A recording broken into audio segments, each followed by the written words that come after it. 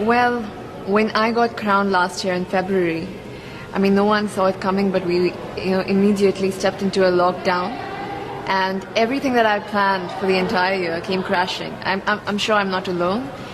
But one thing that I've really learned during my entire journey is that it's brought a lot of humility into the entire process. And it showed me what this platform really is and what kind of work you can do, because I'm a 22-year-old and there was a lot of things that I planned, but I never knew how to do it. And to just see how I could surpass all the limitations and really reach out to people and get the work done, it was very inspiring for me. And I think it's very important right now at this point in time with whatever is going on with the pandemic, that we have more work that is done by women showcased, in the society, and pageants is a great way to do that. And that's something that I learned. I learned that, during the pandemic there was no glamour or something. It was just, it was down to your connection with people. Either it was digitally or you're calling somebody. And that's something I think it's unique to my reign. I feel nobody else in the future should go through it, but I feel that's very unique that I've experienced as Miss India. But that sounds like it was something that really sort of surprised you. You were thrown into this sort of unique situation. Yes. And is that something that you feel that is true to you, that you adapt and change and are able to make something good out of a bad situation? Absolutely. I feel like it was very challenging. It really tested me to a point that even I got COVID during the entire process, very close to the pageant. And I felt at that moment I was in a mess, because it was very close to pageant. There were a lot of things to do, but I feel like I built that resilience and even that positive outlook to the entire journey that it's had. It's just made me a much more stronger person and with a bigger picture in my mind. Now I don't look at small goals, I look at the entire picture. And you need to, at this point, start looking at a society frame of mind. I feel even globally when we are speaking, we usually talk, okay, it's my country, my area, my district. But with Corona coming into the picture, I feel now we need to talk about global unity. That's where it's pushing, and that's the direction of every dialogue that I can see. So I feel that's something that I learned during my process, and that's something I would want to translate into my work. I think it's interesting with the pandemic, because in many ways it was a great leveler. Yes. We're all now facing the same Absolutely, challenge. absolutely. And how do we come together? So do you feel like this has brought us closer together in some ways, in a global sense? I think it has brought us together, but also shown us the kind of differences that exist in our society. It has addressed the elephant in the room, and more than a challenge right now, it's an opportunity for mankind to really look at our differences and to make sure that we have more equal ground, because it helps everybody at the end of it. We have more women leaders and people from other genders getting into decision making. I've seen this year that there are countries led by women that have done so much better during this situation, and I feel that this encourages more women to step into leadership, and which is very exciting, especially when we are here. And I'm so grateful to have this opportunity, because I've seen these women throughout the year, because I was crowned really early. I've seen their journey. I've seen the kind of inspiring work that they have done. I've really, it's given me a lot of strength to do the same in my country, using my reign. So I feel like regardless of what happens here, I feel like a winner, because I've learned so much in this entire year that I've not learned in 20 years of my life. And I would want to, use that in my life. So I feel really blessed to be here. What are some of the things that you're most focused on, in the work that you're doing with the brand and the voice that you now, the platform that you now have? What are you focused on in India? I feel this is an issue in India, but it resonates everywhere in the world, that we have a huge gender inequality here. And this stems out with a very personal story of my grandmother. I lost my grandmother when she was 22. She gave birth to my mother, and she didn't have the proper medical resources to survive. And being an ambitious girl myself, I could never digest that, because I feel like everybody has the right to have a dream and to have a life, and that was taken away from her.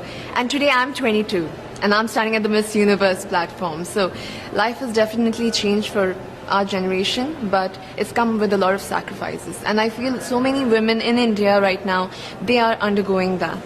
they also don't have the kind of opportunities. And I feel that for the human population, for our human species to change, we need that kind of equality at all levels of our society, for women to take decisions and for women to come forward.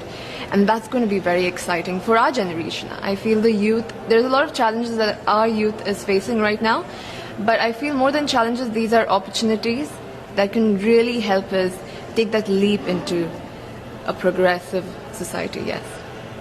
It's obviously very challenging at home at the moment in Yes. India. And do you, with those challenges, are you drawing strength out of that to represent your country and fly the flag, or do you feel like, are you pulled home to, you know, to sort of help with the challenges, because it is difficult at the moment? I've seen a lot before coming here. Even when I talk about it, I get goosebumps, you know, because I've seen mass cremations, I've seen people lying out of the hospitals, and it's a very difficult situation to be in and to just witness people suffer. But the source of strength that I have it comes to me from the people, because I've also witnessed the young people getting together and using social media like Instagram, Facebook to really reach out to each other and to help help each other with oxygen cylinders, with plasma, with so many other things. And looking at that resilient spirit that India has within itself amidst all this mess, I feel very empowered and I feel very strong standing here. And in fact, it's our message to the world. I feel whatever is happening to India, it shouldn't be seen as only India, because this could happen everywhere and anywhere rather. So if we can use this as like a learning example and how we can fight back this virus together, because it's not gone yet. Even if we feel like it's over and it's done, it's here, and unless we work together as a team, as a global family, it's never going to go. I mean, really, in some respects, being here and competing in Miss Universe and potentially winning has a lot more in it for you, riding on it for you, than just winning the crown. I mean, Yes. so much more. Yes, it's a revolution, and for me, it means much more because of the situation and the kind of crisis that India is. And Miss Universe as a brand is so impactful that if this happens, a lot of help can go to India, and also there's a lot of messaging that could go globally. And I'm very excited for it. Whether, I don't know what's going to happen, but I'm going to always, even I use this platform right now when I'm there here, because I have so many friends as delegates from I basically have the world in one place now. So it's very nice to get the messaging out there, to share and ask for help at this moment. It's very inspiring for me. So, really how excited. can you win it? What have you got to do to win it?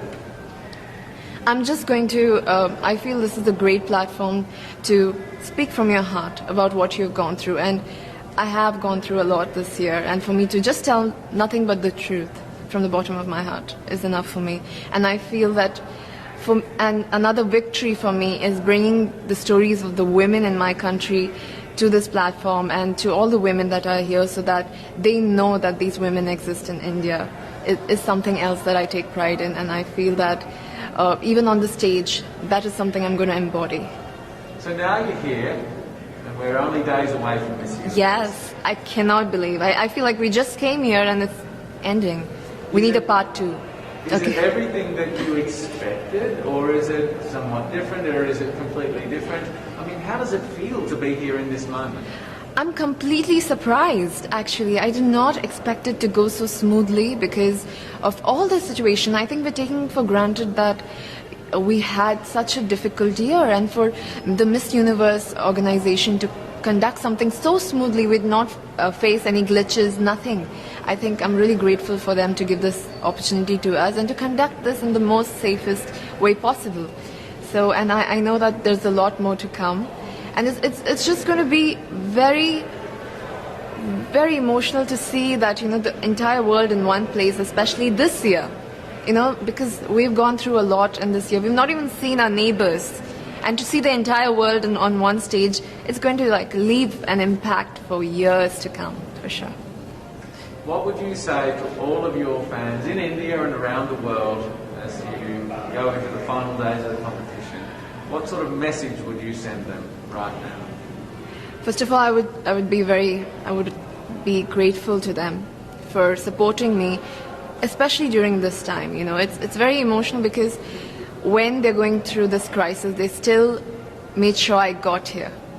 They still made sure I was fine, I got here, and they're sending love. I have so many people, young people that have gotten the virus, and they're still sending me messages like, do it, you can do it, you're doing so great. And I feel it's when people support you during their difficult times, you can see the love really shining, and that's the kind of blessing that I've got this time. I want to thank them for that, and I want to say that even if I'm here, my heart solely lies in India, amongst the people, and whatever is going. I am sure we're gonna go through this, and we're gonna get over this phase.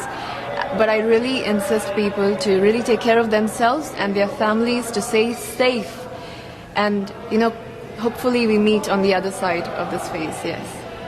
So how are you feeling? Are you feeling nervous, excited?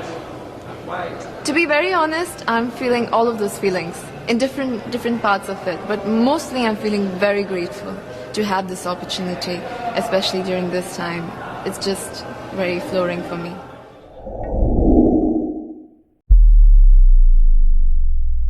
In some countries, sport is like the national pastime. That's But in true. the Philippines, some might say that pageantry is the pastime. That's true. You know what? In the Philippines, we have pageants all over the places. Yes, we have pageants in the barangay, in school, national, local. That's why we really love Miss Universe. It's like it's giving pride and putting the Philippines back on the pedestal. That's why there's an added pressure as a candidate coming from a pageant-loving country. But it's a good pressure. I always look up to our former Miss Universe Philippines. They really did well in the competition. And now this is my time to show who I am, to offer what Rabiya can show to the rest of the universe. So I'm very happy, and at the same time, I'm excited to make all my kababayans proud. And hopefully I do. Why do you think it is that the Philippines love pageants? They have appreciation for beauty. We do love pageant because we used to think that we wanted to be included in the world, I have to be honest, in the Philippines, my skin color used to be not the standard of beauty. I was obsessed whitening my skin because these are the kinds of beauty queen we see on the mainstream. But things were different now. That's why I'm very proud to be a morena. In the Philippines, we call it morena. It's brown skin girl. And to be able to represent, my color, my identity as a true Filipina. Tell me about your journey to being crowned Miss Philippines. In a world that, in a country I should say, that loves pageants. That must have been a very intense process. Tell me about, your journey to being Miss Philippines. Well, my journey was crazy. You know what? I started to be a dark horse. Nobody noticed me. Nobody knows I was in the competition up until the preliminary and the coronation night. And when I won, I received different comments. Of course, there were people who didn't expect me to do well, who think that I cheated. That's why I need to redeem myself in Miss Universe. I really need to do well in this competition. And the thing is, I love pressure. I love criticism. I get better every day with that. You tell me I cannot do that, I turn to you and I'm gonna say that, no, I can do it for myself. Good for you. So how does it feel then to be on the global stage? How do you feel to be here in this moment, right now? It's crazy, but I'm overwhelmed with the support, not just from the Filipino community, but also from Thailand, Latin countries who do appreciate me as a candidate, as a person. It motivates me that I am beautiful, I can offer so much in this world, and when somebody believes in you, it gives you that extra energy to really do well and perform well. Do you have a sense with the girls, all of the girls competing, you're competing, but is there a sense of camaraderie with all of the girls? Is there a real spirit to, sort of motivate each other to do better? You know what? I have a different idea about Miss Universe. I thought it's gonna be very competitive in a healthy way. Well, of course. But now I can see every girl helping each other. From fixing those hairs, from trying to zip up those outfits. It speaks of the closeness and the kind of camaraderie that we want to have. The goal of Miss Universe is not just to crown one girl, but also to build a genuine and long-lasting friendships among us. Would you say within the Miss Universe world, the contestants, is there a sisterhood? Are you sisters? There is sisterhood. I can say I was able to talk to different representatives from different backgrounds, different cultures. And despite our differences, there's so much to be highlighted in what binds us together. And that is because we want to empower women. We want to have our advocacies. We want to speak for the things that we love. And that's a celebration of women and the beauty that we have. So coming out of this week, obviously you would love to be crowned Miss Universe. Of course. And that would be wonderful, of course, for any of you. But what else will you take out of this week? What do you think you'll feel at the end of this week, regardless of the result? How will you be a different person? It's the growth and the development that I was able to have during preparing for this journey. I will be honest, there was a moment that I lost my identity because I was put under pressure. I was in that position in which I feel like I'm not good enough. I'm not a good representative of my country, but I was able to bounce back stronger. And if I was able to do that for Miss Universe, I will be able to do that in life. That is my greatest takeaway from Miss Universe. Okay, so the Philippines have a huge amount of fans. Yes. I want you to give us a little bit of a message to the fans here and at home. But send a message. What would you say to all the fans in the Philippines? To all my fans from the Philippines and from all over the world, maraming salamat po. Thank you so much for loving me and for believing in me. It means a lot to somebody who is so naive in this industry, who has no idea how to become a beauty queen on the first day of my journey. But because of your love and support, I was able to be the woman that I am today. And regardless of the result, I may or I may not win the crown, but one thing is for sure, I'm gonna make you all proud.